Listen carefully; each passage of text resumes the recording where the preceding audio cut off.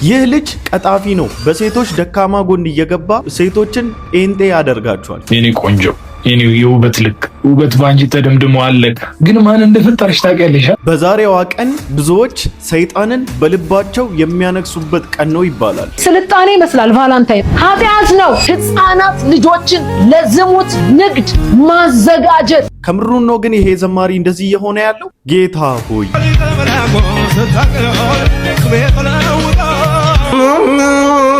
የተቀበልነው ወንጌል ቅራቅንቦ አይደለም። ጴጥሮስ የሰጠኝ በአንበሳ የተገደሉ ሰዎች የሰጡኝ ውስጥ እንዲህ አይነት ቲያትር፣ ቅራቅንቦ፣ የሰፈር ጨዋታ፣ የልጆች ነገር የለበትም። ልብን የሚያስደነግጡ መንፈስ ቅዱስ የሞላቸው ድንቅ ሕፃናት ያለ ኢየሱስ ክርስቶስ ሕይወት የለም። ይህ ፕሮቴስታንት ወንድማችን ኦርቶዶክሳውያን ወገኖቻችንን እያስቆጣ ይገኛል። ደባል እያመለክ ስተካከል ውልም ከኢየሱስ ውጭ እኔ አምላክ አላውቅም።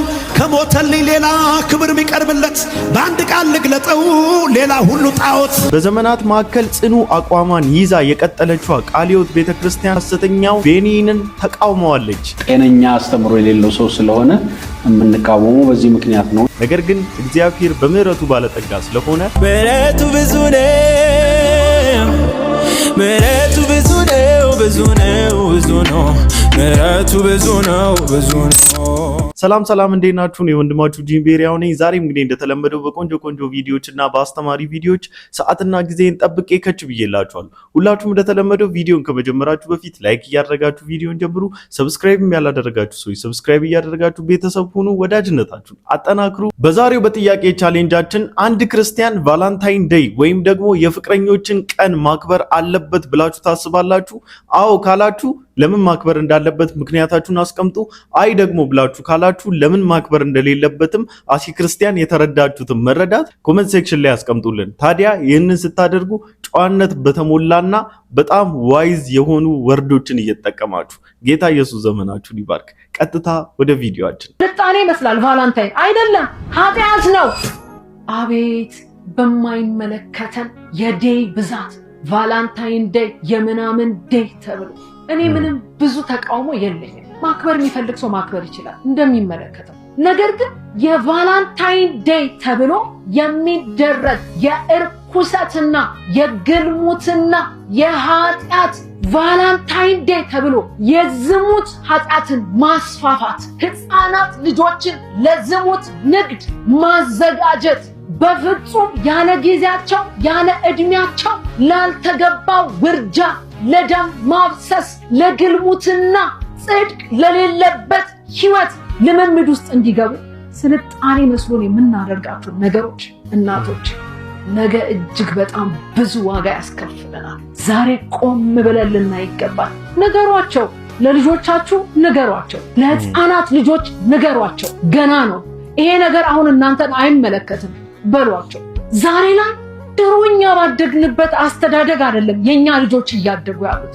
ሁሉ ነገር ሶሻል ሚዲያ ላይ መጥቷል። እጃቸው ላይ ዝሙቱ እጃቸው ላይ አለ፣ እርኩሰቱ እጃቸው ላይ አለ፣ መዳራቱ እጃቸው ላይ አለ። አላያችሁ? የ14 ዓመት ወጣት ህፃን ልጅ ከኤአይ ጋራ አርቲፊሻል ኢንተለጀንስ ሶሻል ሚዲያ ላይ በሰው ተመስላ ካለች አንዲት ወጣት ሴት ጋራ እውነተኛ አይደለች የፍቅር ግንኙነት ወድሻለሁ፣ አፈቅርሻለሁ፣ እንደዚህ ሆናለሁ፣ እንደዛ ሆናለሁ እየተባባለ አንድ ልጇ ነው ሴትየዋ በመከራ ዋጋ ከፍላ ያሳደገችው ሄደ ሶሻል ሚዲያ ላይ ከሚያወራት ልጅ ጋር ለመገናኘት ሲሄድ የለችም። ምናብ ናት፣ ኤአይ ናት፣ ምትጨበጥ ምትዳሰስ አይደለችም። ልጁ ራሱን አንቆ ገደለ። ብዙ ልጆቻችን ለወላጆቻቸው የእንባ የሐዘን ምክንያት እየሆኑ ያሉት እኛ ዛሬ ለልጆቻችን እያንዳንዱን ነገር ክፉንና ደጉን አጠርጥረን ባለመንገራችን የተነሳ የትውልድ እናቶች ማዘር ኦፍ ጄኔሬሽን ይላል ራሱ አካውንታቸው ማለት ነው። ዋው! ሰው ከኤክስፒሪየንሱ ሰው ከህይወቱ ሲያስተምር ደስ ይላል። ፌብሩዋሪ 14 የሚከበረው የቫላንታይን ዴይ ብዙ አይነት የግል ምልከታዎች ይቀመጣሉና እነኚህ እናታችን በጣም ብዙ ነገሮችን ለመናገር ዲፕ ለማብራራት በዚች ደቂቃ ውስጥ ሞክረዋል። በሚቀጥሉት 2 ምናምን ወራት በጣም ብዙ እህቶቻችን ውርጃን የሚያደርጉበትና የጸነሱትን ልጅ ለማስወረድ የሚጣጣሩበትና ስቃይ ውስጥ ጭንቀት ውስጥ የሚገቡበት ወቅት ነው ተብሎም ይወራል። ታሞ ከመማቀቅ አስቀድሞ መጠንቀቅ ብሎ እንደሚለው የኢትዮጵያ ሕዝብ የእናታችንን የመጨረሻ ንግግር አብረን እንስማው። ጣቱንም እናግበሰብሳለን። ስልጣኔ ይመስላል ቫላንታይን አይደለም፣ ኃጢአት ነው። የዝሙት ማነቃቂያ ነው። የዝሙት ማበረታቻ ነው። ተመልከቱ በየሃይስኩሉ ያሉ ህፃናት ልጆችን። ብዙዎቻችን ልጆች አሉ፣ ነገር ግን ልጆች እንዳለው ሰው የጨከነ ለልጆቻችን የሚሳሳ ልብ የለን። እኛ ራሱ በመልካም ምሳሌ አይደለም። አብዛኛው ወላጆች እባካችሁ ለልጆቻችሁ ንገሩ። ያለ እድሜያቸው ጓደኛ፣ ያለ እድሜያቸው ከወንድ ጋር የሚደረግ የግብረ ስጋ ግንኙነት ውስጥ፣ ያለ እድሜያቸው ከወንድ ጋር የሚደረግ ኃጢአት ውስጥ፣ አመጽ ውስጥ፣ እርኩሰት ውስጥ እንዲገቡ ለምንድን ነው ዝም የምንለው?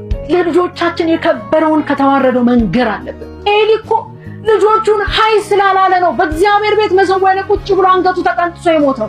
ኢዮብ ደግሞ ነጋዴ ነው፣ ባለጠጋ እንደሆነ ይነግረናል። መቼም ንግድ ነው ሊኖረው የሚችለው። ልጆቹን ግን ስለ ልጆቹ ኃጢአት ግን ንስሐ በእግዚአብሔር ፊት ይገባል። ዛሬ ካልመለስናቸው ነገ ዘመናችን የእንባና የለቅሶ ይሆናል። እባካችሁ ልጆቻችንን ወደ እግዚአብሔር ስርዓት እንመልሳቸው፣ እናስተምራቸው። በዓለም ያለው ነገር የማይረባና ጊዜያዊ እንደሆነ እንንገራቸው። እግዚአብሔር ዘመኗን ይባርክ። በቃ ድንቅ ሴት ድንቅ እናት ናትና ብዙዎቻችሁ እንደምትማሩበትና ራሳችሁን ፕሮቴክት እንደምታደርጉ ተስፋ አደርጋለሁ። እግዚአብሔር ይረዳናል። ብዙ ከገባንበት ነገር ደግሞ እግዚአብሔር ያስመልጠናል። አንድ የተቀለደ ቀልድ ነበር።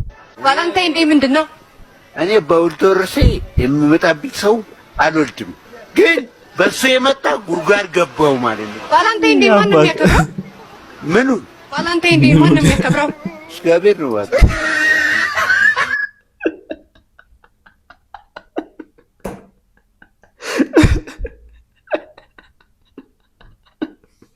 እግዚአብሔር ነው የሚያውቀው። ወይኔ ጌታ ኢየሱስ። የሆንከውን ማውራት ትህትና ነው። የሆንከውን አለመቀበል ነው እንዲያውም ትዕቢት። እኔ እኛለው ብሎ ለመናገር የሚከብደኝ ጎስቋላና አሁን ይሄ ትህትና አይመስልም እኮ። ትህትና አይደለም። this is not humility. It's not humility. false humility ነው ይሄ። ለምን መሰላችሁ? መዳናችን በእኛ ማንነት ላይ ቢመሰረት ኖሮ እስቲ እያሰብኩበት ነው እንግዲህ እኔ መሰለ ሰው በእኛ ቢመሰረት እኛ ዳኑ ራሳችሁ በስራችሁ አልተባለን። ስራውን ውሰዱና ዳኑ። እኛ ምስኪኖች ልብስ የሌለን የጽድቅ ልብሳችን ብለን የለበስነው የመርገም ጨርቅ የሆነብን የቆሸሽን የተደረትን የወደቅን የነበርን መዳን የሚገኝበት መንገድ ጠፍቶን እንትን ስናረግ እዳችን ከብዶብን በእግዚአብሔር ፊት ኢየሱስ ክርስቶስ መጣና ሞተልን።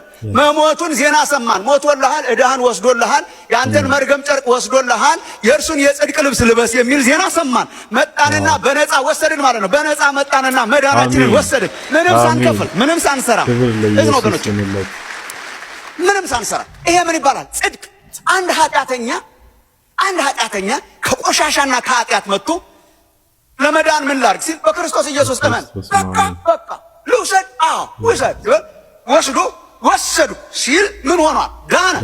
የዚህ ሰው ስታተስ ምን ሆነ? ተቀየረ። ምን ይባላል? ይሄ ጽድቅ ይባላል። ይሄን ማወቅ አለባቸው ወገኖች። ጽድቅ የመዳን በአንድ ሰው ህይወት ውስጥ ጅማሬው ፌዝ የተፈጸመው የተከናወነው የተቀበለው ምን ይባላል? ጽድቅ ራይቸስነስ ይባላል። ጽድቅ ምንድን ነው? ጽድቅ ማለት ኃጢአተኛ የነበረው ሰውዬ ስታተሱ ተቀየረ ማለት ነው። እንዴት እግዚአብሔርን ቃል እንደተረዳ እንዴት የኢየሱስ ክርስቶስን የማዳን ወንጌል እንዴት እንደገባው ሳስብ በጣም ነው ደስ የሚለኝና እሱ ብቻ አይደለም። በዚህ ዘመን ልክ እንደዚህ ደግሞ ስለ ጽድቅ፣ ስለ እግዚአብሔር ጽድቅ፣ በእግዚአብሔር ስለሚገኘው ቅድስና፣ በእግዚአብሔር ስለሚገኘው የጽድቅ ህይወት፣ የክርስትና ህይወት እንደዚህ የሚያስተምሩ ልበ ሙሉ የሆኑ አስተማሪዎችን ሳይ ደግሞ ልቤ በቃ አርፍ ነው የሚለው የዚህ ዘመን ጀነሬሽን ስለሆንኩኝና እግዚአብሔር ይመስገን በዘመናት መካከል እንደዚህ አይነት ገራሚ አባቶችን ስለሰጠን።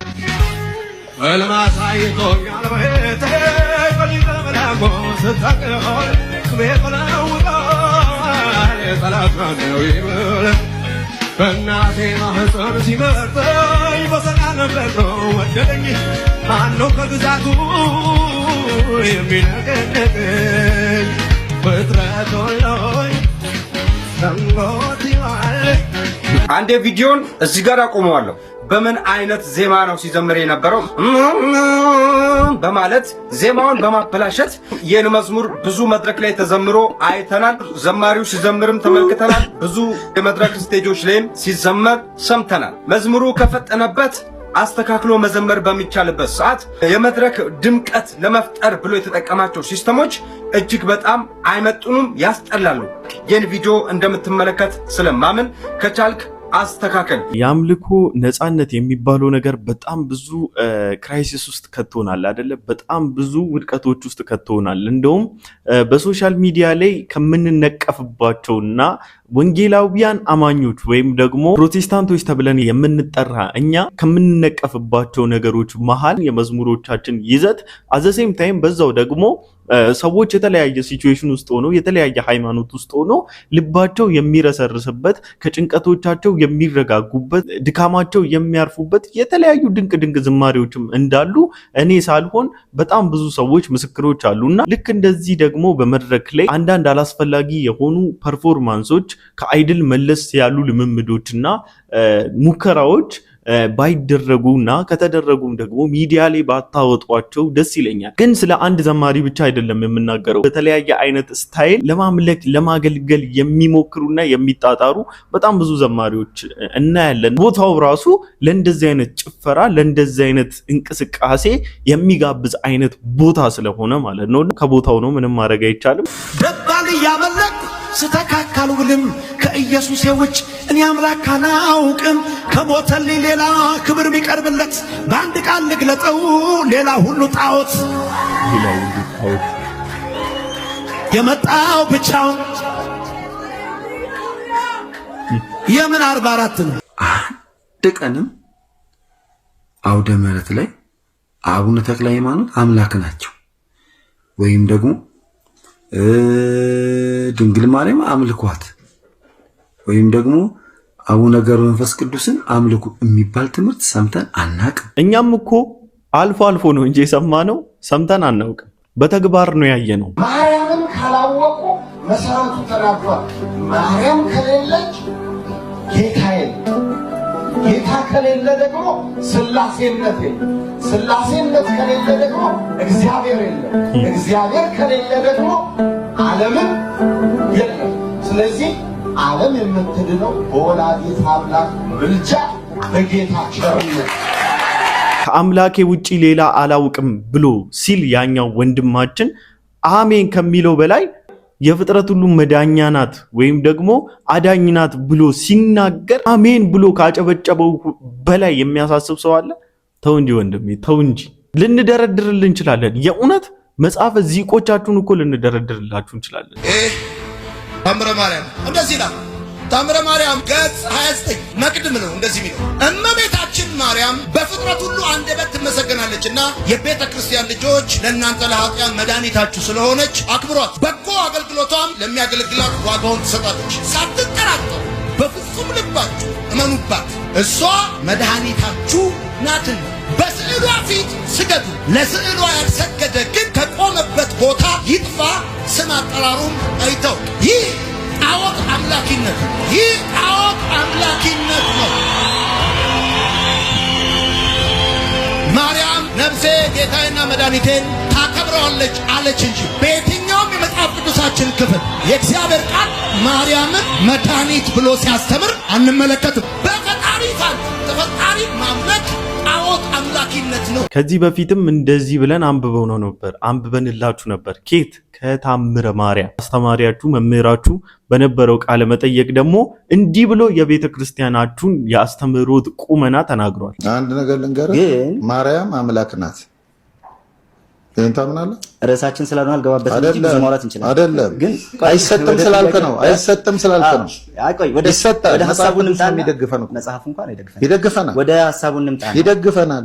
ሽንጡን ገትሮ መጽሐፍ ቅዱስ ይደግፈናል እያለ የሚከራከረው ምንን ትክክል ለማስባለው ማርያም አምላክ ናት የሚለው ንግግር ትክክል ለማስባል መጽሐፍ ቅዱስ ይደግፈኛል ብሎ የመጽሐፍ ቅዱስ ጥቅስ እስከ መፈለግ የደረሰ መምህር አላችሁ። ድንቅ ፍጥረታት እኮ ናችሁ።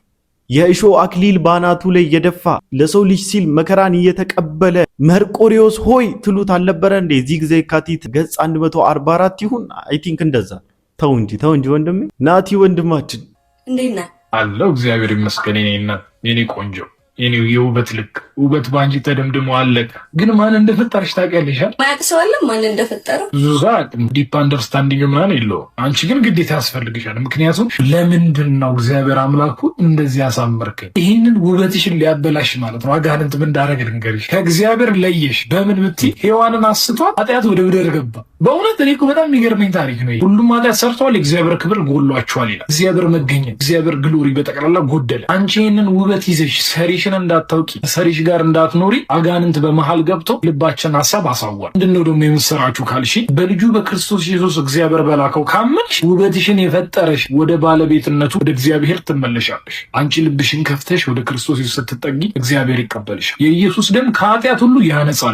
አንቺ ያለብሽን ኃጢአት በጠቅላላ በደሙ አስወግዶ ከእግዚአብሔር ጋር ያስታርቅሻል። ከዛስ ምን ይባላል? የዘላለም ሕይወትሽም አለ ውበትሽም አለ። ከዛ ጭራሽ ደግሞ ደስ የሚለው ነገር ማለት ሌላ ግሎሪ ደግሞ አለ። ክርስቶስ ኢየሱስ አምነሽ ከሞትሽ በኋላ የሚበሰብሰው ውበትሽ ወደማይበሰብሰው ይቀየራል። ጭራሽ ከሰማይ የሆነ አካል ይስትሻል። ኃጢአት አይኖርም፣ ሐዘን አይኖርም፣ ለቅሶ አይኖርም። እንባሽ በእግዚአብሔር ይታበሳል። ለዘላለም ከእግዚአብሔር ጋር በህብረት ትኖሪያለሽ የኔ ቆንጆ። ዋው በጣም ብዙ ሰዎች በነገራችን ላይ ኮሜንት ላይ ገብቶ ይሄ አጭበርባሪ እንዲህ ያደረገ እህቶችን እየደለለ ጴንጤ እያደረገ ነው ምናምን ነገር ምን ብሎ ይግባ? እንደምታዩት ነው። ልጅቷም ቆንጆ ናት። ምንም ማድረግ አይቻልም። በቃ ያለው ሪያሊቲ ነገራት። ከዛ እውነትም መሰከረላት። ከውበቷ ባሻገር ከውበቷ በላይ እናንተ ብትገቡ ስለ ውበቷ ነው ልታደንቋት የምትችሉት። ኦብሰስድ ሆነ ነው ልታወራት የምትችለው። እዛ ኮሜንት ላይ ገብተ አንተ አጭበርባሪ የምትለው ሰው አንተ ህይወትን ልትነጥቃት ነው የምታጭበረበራት። ጀለስ ደግሞ ያጭበረበራት እንድታመልጥ ነው ያጭበረበራት። አንተ አይገርምም? አንተ ሰው የዘላለምን ህይወት አግኝ ብሎ ሲያጭበረብር ማለት ዳራ በኢየሱስ አጭበርብሩን፣ በእናታችሁ አጭበርብሩን። ናቲ ምርጥ አጭበርባሪ ነው። በቃ ምርጥ አጭበርባሪ ማለት ነው። እግዚአብሔር የረዳ አጭበርባሪ ነው። እያጭበረበርካቸው ወደ መንግስተ ሰማያት እንዲገቡ ማድረግ፣ ከአምላካቸው ጋር እንዲገናኙ ማድረግ ማለት እቲ ሚን ሎት እኮ ማንዬ ጌታን ኢየሱስ እና የእህታችን መረጋጋት እስከዛሬ አብሯቸው ከተነጋገራቸው ሰዎች መሃል ሁሉ በትዕግስት ቁጭ ብላ በጣም በሚገርም ፈገግታ ቁጭ ብላ ያዳመጠችው የምትገርም እህታችን ናትና ጌታ ዘመኗን ይባርክ። አንተ አጭበርባሪም ጌታ ዘመንን ይባርከው። የኔ ወንጌል ጳውሎስ የሰጠኝ ጴጥሮስ የሰጠኝ በአንበሳ የተገደሉ ሰዎች የሰጡኝ ውስጥ እንዲህ አይነት ቲያትር፣ ቅራቀንቦ፣ የሰፈር ጨዋታ፣ የልጆች ነገር የለበትም። የጸዳ ሃይማኖት ነው። የጸዳ ክርስትና ነው። መጃጃል የለውም። ውስጡ የከበረ ሃይማኖት ነው። የሰው ህይወት ያለቀበት ነው። ተኳኩለ ተሽሞንሙነ ፀጉሩን አበጥረ ምናምን ቆጪ ላይ የምትነጥርበት ወንጌል አይደለም። ህይወት ያለፈበት ነው። ነገኛም ላይ ምን እንደሚመጣ እናቅም፣ ግን ለዛ ሬዲ ነን። ወይ የገዛ ወንድማችን ይገለናል፣ ወይ የውጭ ሰው ይገለናል። ለዛ ወስነ አምነ ሞት ሲመጣ ጌታ ሆይ ብለህ ለመሄድ ተዘጋጅተህ የምትኖረው ሃይማኖት እንጂ የሽለላ ሃይማኖት አይደለም። የቅንጦት ሃይማኖት አይደለም። ሲሞቱ በአይኔ አይቼ ነው የመጣሁት። ሲገደሉ በአይኔ አይቼ እንዴት ወስደው እንደሚቀረድዷቸው ጌታ አሳየኝ። የዛሬ 500 600 700 ዓመት ላይ የነበሩ ቅዱሳን እነሱ ድፍረታቸው ተይዞ ሲሄድ ወንድማችን በወንጌል ጉዳይ አየው ተወስዶ ፍጥነታቸው ያንን ሰው ቀረዳደው ለመጨረስ ያ ሁሉ ሰው ከቦ እንደዛ ተይዞ በነዛ ወታደሮች ጦርና ጋሻ በያዙ በቅጽበት እንዴት ሲያስወግዱት ያንን አየው። ለእንደዛ አይነት ነገር ክርስቲያን ተዘጋጅቶ የሚኖርበት ህይወት ነው። አሁን እንዳይመስላችሁ አገር ሰላም ስለሆነ ህግ ስላለ ምናምን ነው ተረጋግቶ ያለ። ጳውሎስም ለዚህ ነው አገር ሰላም እንዲሆን ጸልዩ፣ ነገስታት በአግባቡ ምክንያቱም ችግር ከመጣ መጀመሪያ የሚጠራረገው እናንተን ነው። በጸጥታና በዝግታ በሰላም መኖር የምትፈልጉ ከሆነ አገር ሰላም እንዲሆን ለነገስታቱም ለመኳንንቱም ጸልዩ። ለምን ሲባል በአንድ ሀገር ላይ ህግ አልበኝነት፣ ስርዓት አልበኝነት ሲፈጠር መጀመሪያ የሚያነዱት እኛን እንደሆነ እንዳትረሱ። እንዴት ተዘናጋን እኮ በቃ አገሩ የተቀበለን ሁሉ መሰለን እኮ እንዳይመስል ለመሞት ተዘጋጅተ ኑር። እንደዚህ አይነት ክርስትና አልተለመደም አይደል? ለመሞት ተዘጋጅተ ኑር የሚል የለም። ሃሌሉያ የካሳ ዘመን ነው ምናምን እንገፋቸዋለን፣ ይጠረምሱሃል። ተጽፏል። ተጽፏል። ኢየሱስ እኔን ስትከተሉ መከራ አለባችሁ፣ ያሳድዷችኋል፣ ይጠሏችኋል፣ በስማችሁ ላይ ክፉን ያወጣል። እናንተን የሚገርሙ ሰዎች ራሱ ፈጣሪን የሚያገለግሉ የሚመስላቸው ጊዜ ይመጣል። ያን ጊዜ እንዳትሰናከሉ አሁን ቀድሜ ነገርኳችሁ አለ። ይኸውልህ ስትኖር እንደዛ እየሆንክ ነው። ይሰማል ይመጣል እያልኩ አይደለም፣ እንደማይመጣ አውቃለሁ። እንደዛ ሆነ ስትኖር ግን ቢመጣም አትፈራ። በተረፈች ቅቤ የለም። ቅቤ ራሱ አናት ላይ ወጣው ተገፍቶ እውነት ውሸት መገፋት የሚባል ነገር አለ፣ መጠላት የሚባል አለ እንጂ እንደታለበ ቅቤ ሆኖ አይወርድ። እግዚአብሔር ይመስገን። አይመችም አይደል ይሄ ስብከት? እግዚአብሔር ዘመንን ይባርክ ዴቪያችን፣ እግዚአብሔር ዘመንን ይባርክ። ተባረክልን። በጣም ነው የምንወድህ፣ የእውነት በጣም ነው የምንሳሳልህ። ያለ ኢየሱስ ክርስቶስ ሕይወት የለም። ያለ ኢየሱስ ክርስቶስ ማንም እዚህ ምድር ላይ መኖር አይችልም። ክርስቶስ ብቻውን ያድናል። ኢየሱስ ክርስቶስ ያድናል። ማንም በክርስቶስ ቢሆን አዲስ ፍጥረት ነው። ኢየሱስ ክርስቶስ ጌታ ነው። በኢየሱስ ክርስቶስ ስም ልጆች በቃ እንደዚህ በእግዚአብሔር ክብር በእግዚአብሔር ቃል እየታነጹ በእግዚአብሔር ቃል እየተቀመሙ እየተከሸኑ ሲያድጉ እንዴት ደስ ይላል። በኢየሱስ ክርስቶስ ስም በመንገድ ላይ ገጠመኝ ላሰማችሁ። ሳግባ በኢየሱስ ላይ ኢማን፣ ኢየሱስ ክርስቶስ ያድናል። ኢየሱስ ላይ ኢማን፣ ወደ ኢየሱስ ክርስቶስ ተመለስ። ወንድሜ ስማ፣ እህቴ ስሚ። መጽሐፍ ላይ ሲናገር እንደዚህ ይላል። ሮሜ ሰዎች ምዕራፍ 8 ላይ ሲናገር እንደዚህ ይላል ከቁጥር 31 ላይ እንግዲህ ስለዚህ ነገር ምን እንላለን? እግዚአብሔር ከእኛ ጋር ከሆነ ማን ይቃወመናል? ለገዛ ልጁ ያራራላል። ነገር ግን ስለ ሁላችን አሳልፎ የሰጠው ያው ከእርሱ ጋር ደግሞ ሁሉም ነገር እንዲያው እንዴት አይሰጠንም? እግዚአብሔር የመረጣቸውን ማን ይከሳቸዋል? የሚያጸድቀው እግዚአብሔር ነው። የሚኮንንስ ማን ነው? የሞተው ይልቁንም ከሙታን የተነሳው በእግዚአብሔር ቀኝ ያለው ደግሞ ስለኛ የሚማልደው ክርስቶስ ኢየሱስ ነው ይላል። ወንድሜ ስማ፣ የሞተልህ ኢየሱስ ነው። ስለዚህ ንስሐ ግባ። ውይ የኔ አባት በስመ አብ። በመጨረሻው ዘመን ከወንድ ልጆቼና ከሴት ልጆቼ ላይ ከመንፈሴ አፈሳለሁ ብሎ መንፈስ ቅዱስ የተሞሉ ወንድሞቻችን ወጥተው መታየት ጀምረዋል። በኢየሱስ በቃ አሜዚንግ በስመ አብ። ለዚህ አጭር መግለጫ ግን ዋና ዋና የቤኒንን አገልግሎት ወደ ኢትዮጵያ መምጣቱን የምንቃወምበትን ምክንያት ለመግለጽ ነው። ቤኒሂን በዓለም ዙሪያ በእርግጥ የታወቀ አስተማሪና አገልጋይ እንደሆነ ብዙ ተከታይ እንዳለው ይታወቃል።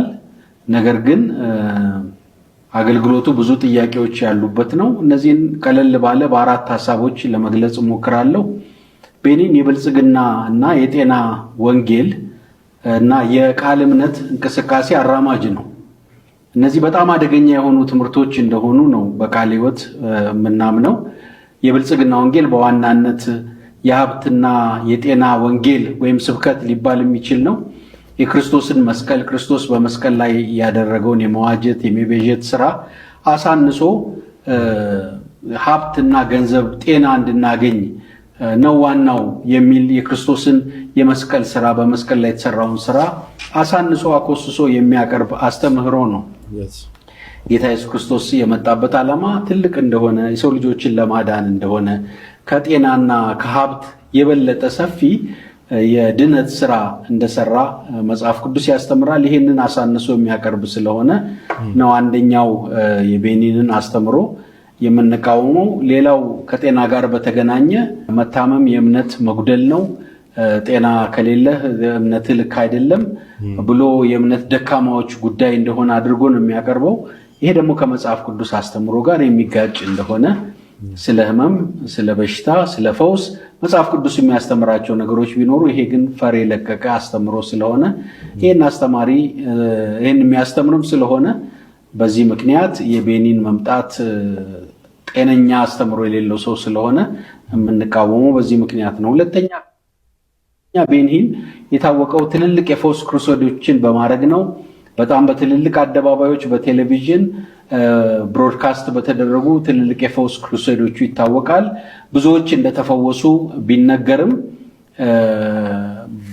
በተጠኑ ጥናቶች ተፈወሱ የተባሉ ሰዎች እውነተኛ ፈውስ እንዳላገኙ፣ ተፈውሰናል ብለው የሚመሰክሩ ሰዎች በብዙ ጫና በብዙ ማኒፑሌሽን እንደሆነ ያን ምስክርነት እንዲሰጡ የሚደረገው የተረጋገጠ ስለሆነ ደግሞ ያልተፈወሱ ሰዎች ተፈውሳቸዋል ተብሎ ያልተፈወሱትን የኔ ጉዳይ አይደለም ብሎ የሚናገርም ሰው በመሆኑ ምክንያት ይሄ ደግሞ በሀገራችን በጣም የተስፋፋ ስለሆነ ይሄንን በዓለም ዙሪያ ታዋቂ የሆነውን ሰው ማምጣት ይሄ ችግር በሀገራችን እንዲስፋፋ ያደርጋል የሚል እምነት አለ። ዋው በቃ አቤት አቤት አቤት አቤት አቤት! እናንተ የተባረካችሁ አባቶቻችን እግዚአብሔር ዘመናችሁን ይባርክ። ምን ትሉ ይሆን እስቲ? አሁን ይሁን እንግዲህ ለረጅም ዘመናት ለረጅም ዓመታት ብዙ ዋጋ ከፍላ በጣም በብዙ ዋጋ በመክፈል ውስጥ እዚህ የደረሰችዋ ቤተክርስቲያን ብዙ ዋጋ የከፈሉ አባቶች እንደዚህ ወጥቶ የዚህን ቀጣፊ ሰው ማንነት አጋልጠውታል፣ ተናግሯል። እንግዲህ የሱ ልምምድ ውስጥ ያላችሁ ሰዎች የቤኔን መንፈስ ላይ ውረድ ምናምን ብላችሁ ስታለቃቅሱ የነበራችሁም ሰዎች አይተናል። እግዚአብሔር ይድረስላችሁ። ለዛሬ ይዤላችሁ የመጣሁት ቪዲዮ ይሄን ይመስል ነበረ። በቀጣይ ቪዲዮ እስክንገናኝ ድረስ ሰላም ቆዩልኝ። ይመቻችሁ።